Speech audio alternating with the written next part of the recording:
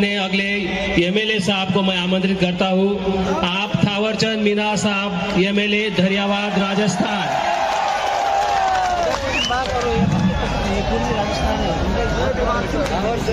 इसके बाद अगले एमएलए साहब जो एमपी से आते हैं, मोन्टू भाई सोलंकी जी जहाँ पर ही हैं वो तैयार है।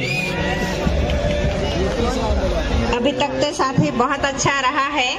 किसी भी हमारे जनप्रतिनिधियों ने धर्म या पॉलिटिकल के विषय में नहीं बोला है, सिर्फ समाज की बात की है। हम उम्मीद रखते हैं कि आगे के वक्ता भी इस बात का समझ रखेंगे। धन्यवाद। धन्यवाद।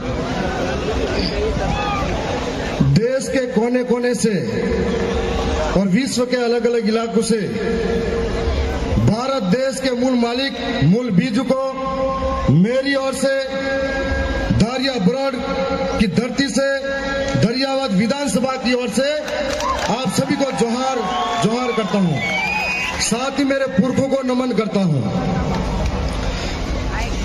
आज से पहले में 3 साल पहले जो झाबुआ के अंदर कार्यक्रम हुआ था, उस कार्यक्रम के अंदर में गया था तो कभी सोचा नहीं था इतना बड़ा मंच मिलेगा।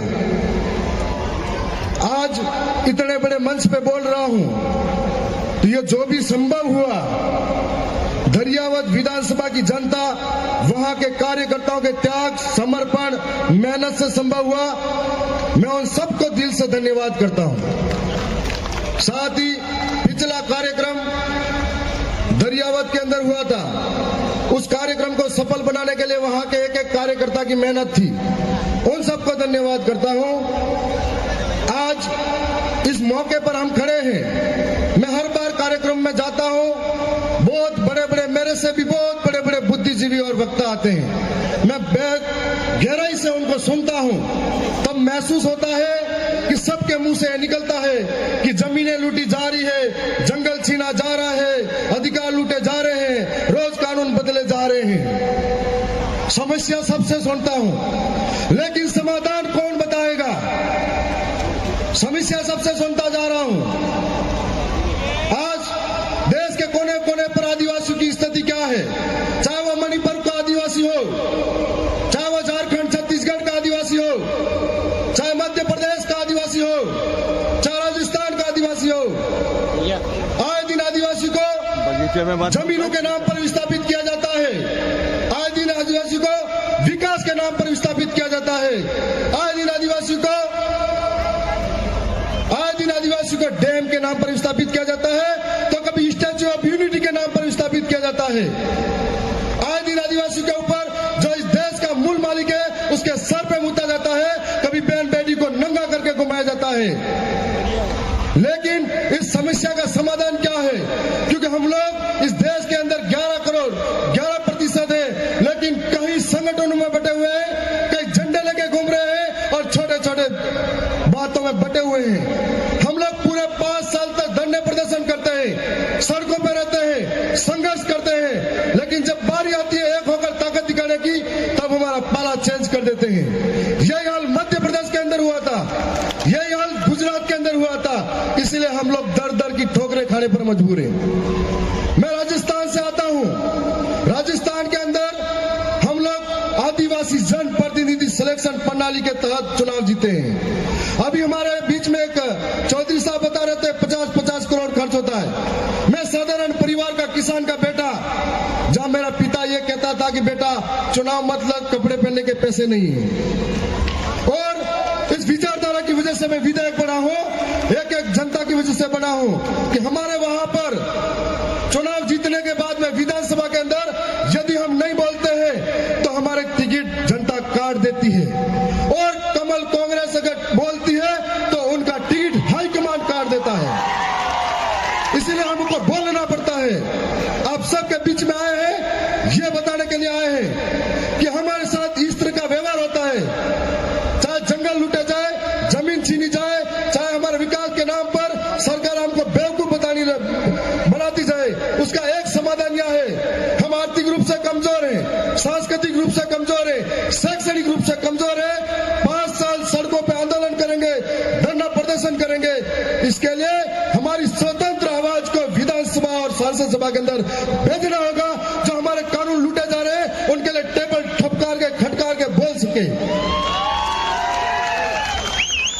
चाहे सरकारें कोई भी हो, हमारे आदिवासी के ऊपर जो जुल्म होता है, हम लोग इतनी संख्या में हर रोज इकट्ठे होते हैं, लेकिन दिल्ली के अंदर, जयपुर के अंदर, महाराष्ट्र के मुंबई के अंदर, गुजरात के गांधीनगर के अंदर, भोपाल के अंदर बेरी गूंगी सरकारें हमको कभी नहीं सुनती है और वो खबरें स्थानीय मीडिया के अंदर दफन हो जाती है। इसके लिए हम लोगों को उस विधानमंडल के अंदर पांव रखना पड़ेगा। आज हमारा मकसद तभी पूरा होगा जब हम लोग कह रहे हैं कि ये सब करना चाहिए, ये समस्या है, वो समस्या है। रोज कानून बदले जा रहे हैं, उन कानून को बदलते कानून के लिए कौन आकर लड़ेगा? जब हम उस कानून को लड़ने के लिए वहां पर मौजूद होंगे तब लड़ पाएंगे। आप सबके बीच में आए हैं, आने वाले समय में राजस्थान का मॉडल अपनाइए। आपको एक मौका देके जा रहे हैं कि एक एक गरीब कि राजस्थान का मॉडल के अंदर राजा का बेटा राजा नहीं बन सकता। आप में से जो काबिलियत रखता है आदिवासी गरीब शोषित पीड़ित वंचित के लिए लड़ने के लिए, वो राजा बन सकता है। ये आपके अंदर बताने जा रहे हैं। राजस्थान के अंदर एक व्यवस्था के तहत पहली बार पार्टी लेके आ गई।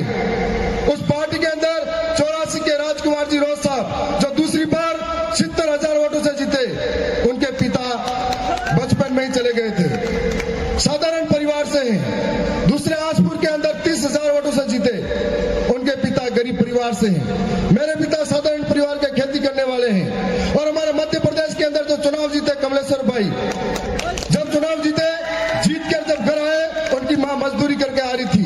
ये तुम आप सभी के लिए प्रेरणा नहीं तो क्या है? और ये प्रेरणा दरियावत की जनता, आसपुर की जनता और बिल प्रदेश की जनता के साथ है।